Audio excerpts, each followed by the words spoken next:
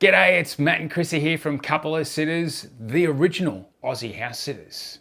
Original. We are the original Aussie house sitters. We're Aussies, we're house sitters, and we've been doing it for a while. So I'm claiming the title. Okay. Yeah. So today, what are we going to do, Chris? What are we talking people through? We are going to talk to you about how we got our first house sitting gig and how you can too. You can. You definitely can. It is so easy. So we're going to uncover a couple of key tips. Off they go, bags in tow. Matt and Chrissy hit the road. Maps unfold, stories told. Adventures never getting old. Matt and Chrissy roam so free through the city, past the... So Chris, do you want to give us a bit of a rundown on house sitting for us and some of the things that we experience as benefits of house sitting? Oh, so many benefits.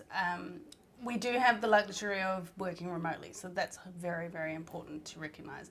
I don't know that it would be all that easy if you did have a job where you had to go into an office all the time. However, that's not to exclude those people. It just means that your area is limited to close to where you work. So bear that in mind. So first and foremost, we are major travel bugs. That's one of the benefits for us with house sitting is we get to go to different places and experience different things. We're not locked into that geography. Yeah. So that's a really key one for us.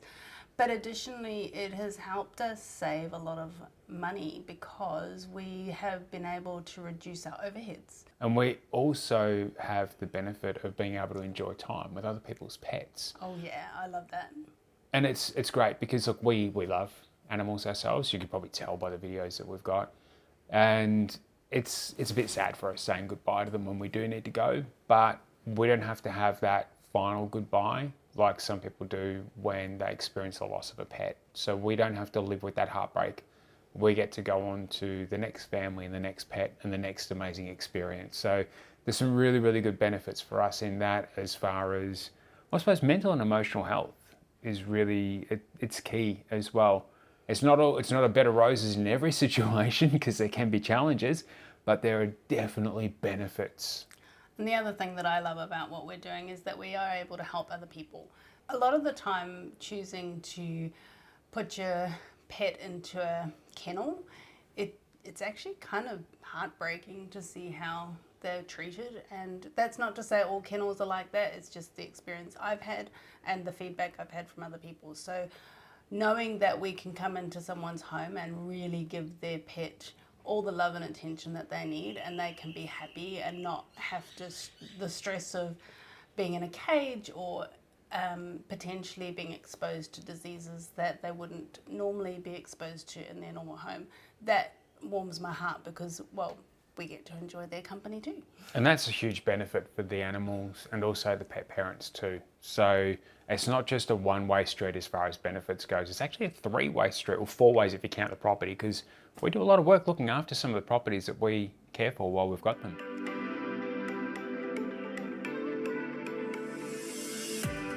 So let's get into it. How do you get your first house sitting or pet sitting gig? Because you definitely can do this. So Chris, what was our first step? What did we do when we took it from being informal, family, referral related to going more online and structured?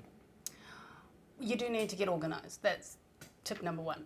And in that organisation process, you want to curate all of your information. So you want to get photographs with pets, referrals from people, whether it's a video recording or a written referral.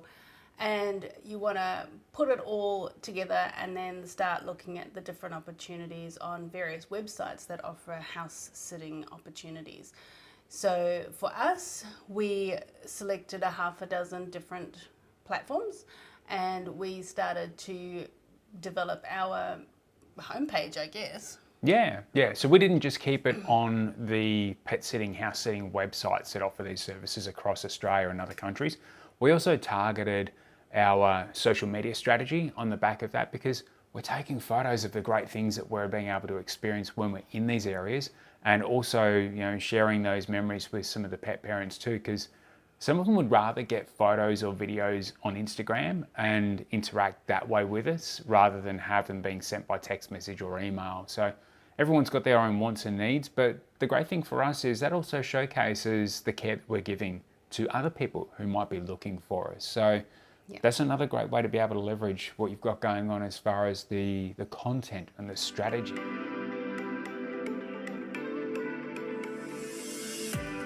So, I guess once we've done a couple of house sits, or your first house sit even, how do you get referrals?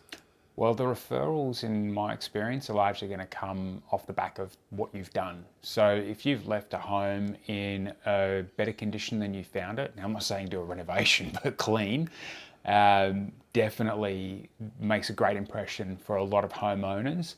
But most of them, we've found, they are motivated by how happy their pets are when they get home. And if you're pouring a lot of love and affection into the pets that you're looking after, the pet parents will notice it when they get back. They The really animals won't be distressed. If you've had an animal that's been traumatized as a part of the experience, it'll be very obvious to the owners when they get home, because they know the character and the nature of their cat, their dog, and they'll pick it up straight away. But they'll also notice too that if when they get home, that their dog, or in particular dogs we found do this, kind of come up to them, give them a sniff, and it's a tail wag and a bit of a pat, and then they're walking around the house like they're looking for something they've lost. And the pet parents know that they're looking for the house sitters, like, where did they go? And we've had that experience. We've had pets that when we've come back to either drop off keys the next morning or pick things up that we've accidentally left behind, the dogs have wanted to come with us.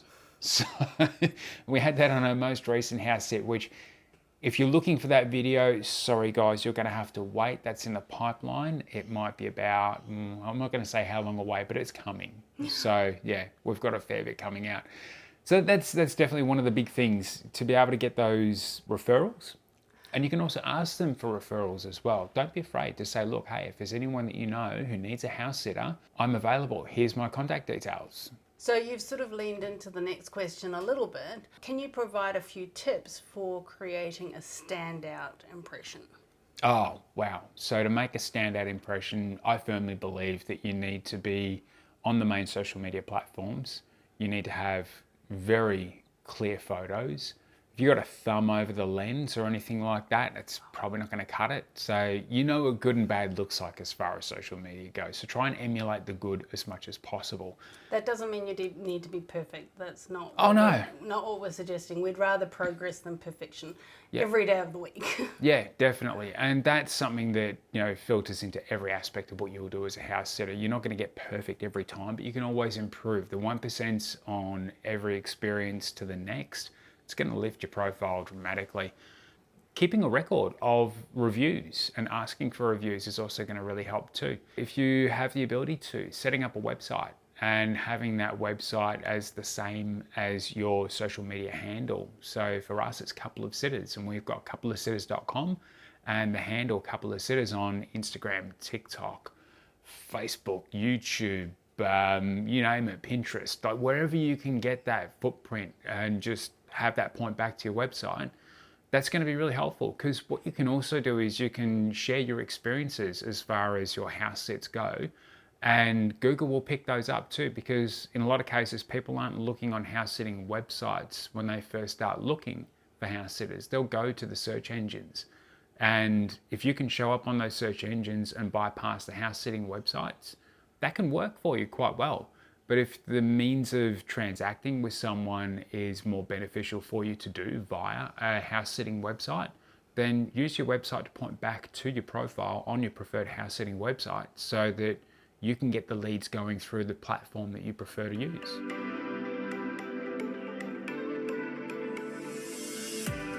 What about the personal network, Chris? Because we've already spoken about getting referrals from the pet parents where you've just completed a house sit. How else can networking and personal networks help when it comes to getting your first house sitting gig? I personally find it really easy. So whenever we're going to various places, people will ask you what you're doing. It's just normal for people to ask you how you're going, what have you been up to, and so in that we will slip in there and say, oh, we've just been doing a house sit in such and such a location, we're looking after these pets, we're having such a great time, it'll be so sad to leave. By any chance, do you know anybody that might be wanting a house sitter. And honestly, you would be amazed. We have collected so many referrals from people, and more people are open to sharing it with their friends. You don't even have to ask them to do it. They're like, oh, so and so, this person does that, blah, blah, blah. And before you know it, you'll have a list. So make sure that you keep that list, because that will be really beneficial for you. Chris is going to go into how you can better structure and organise some of these things in a later video. So again, subscribe and you'll get notified when that one comes out. So what about our first house sitting gig, Chris? What was it that we learnt with this one? Shall we pull some photos up first? Oh, I think that's a good idea. Yeah, we're going to share some photos with you. Let's put them on the screen and we'll talk you through what our first house sitting gig was like. This is a house sit that we did in Brisbane, and it was for a couple of gorgeous cats called Tillie and Tim Tam, and we also looked after some of the wildlife because the pet parents were really keen on making sure that their birds came back. Yeah, there were loads of birds in this area. It was a beautiful hilly part of Brisbane, so lush and green, and they'd put a bird feeder out the front, and they had cockies and galahs and doves, all sorts of birds coming to the front to get fed.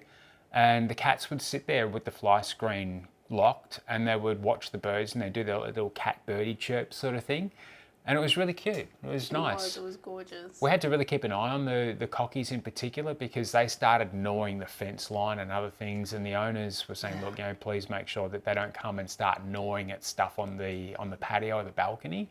So while the feed's out there, can you keep an eye on that, please? Yeah, they're very destructive. Yeah. Yeah, so some of the lessons that we learned, I don't know about you, I was kind of nervous because this was the first professional house sitting gig that we did. Previously, it had predominantly been friends and family, and that was cool because we already knew them and we knew their animals, so that made it easy. Whereas with this one, being our first one, we didn't know the owners and we didn't know the animals, so we didn't know what to expect. Yeah, but they loved the brush, didn't they?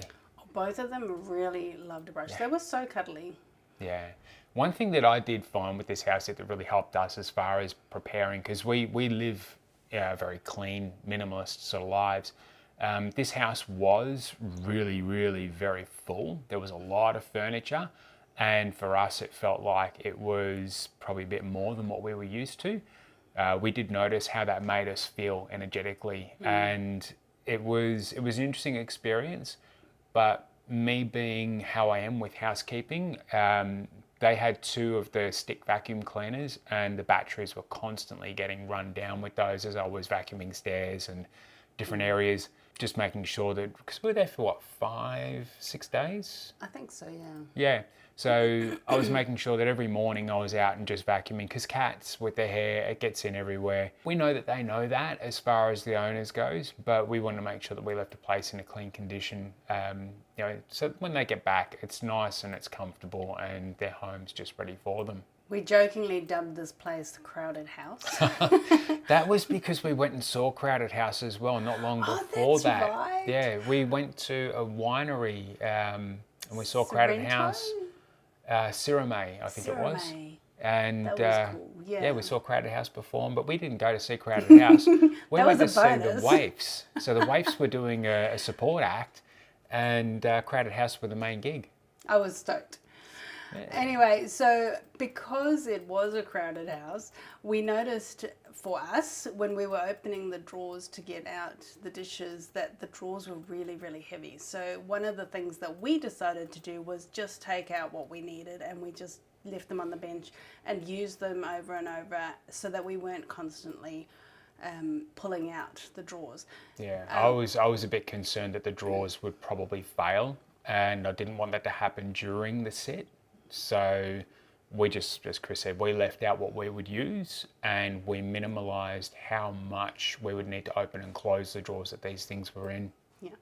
So these cats are indoor cats. They do not go outside, and I felt for us one of the big concerns was that, particularly Tim Tam, he would frequently sit at the door trying to get out. He was a little bit of a Houdini, that one, wasn't he? So we had to keep a real eye on him, and that it wasn't a major issue for us, but it did raise some concern because we didn't know how to get them back if they did escape. Yeah. They did have a little outdoor area at the back that was like a really high brick wall that they couldn't jump off of, and they were allowed to go out there, which was pretty cool. And they did spend some time rolling around in the sun and chasing the spiders, so yeah. Yeah, they weren't entirely indoor in that sense. Oh, and before I forget, one of the tips for the challenges that we experienced was learning how to be a minimalist. Because when you're house sitting, you cannot take everything, including the kitchen sink, with you.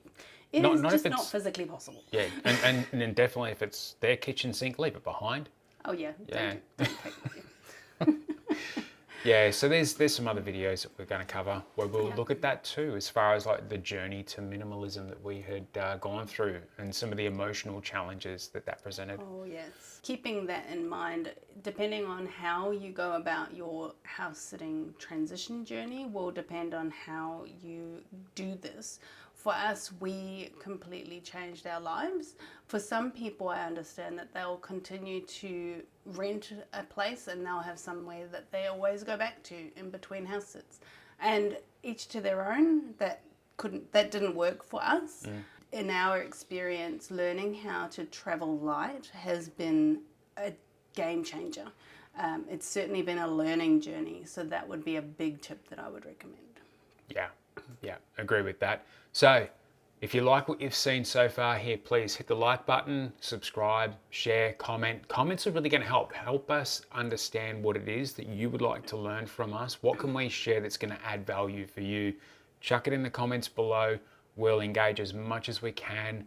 There is no such thing as a silly question when it comes to this because so many people are struggling with the cost of living. And this is a really creative way to be able to take some of the pressure out of that situation. Absolutely. And if you'd like to follow us on our other social media platforms, just search for Couple of Sitters and you should be able to find us relatively easily. Yeah, I think the links are down below too. So yeah, we'll make it as easy as we possibly can. So please join us on our journey as we continue our house sitting and traveling, and we look forward to seeing you again soon. Buenos tacos. Bye guys.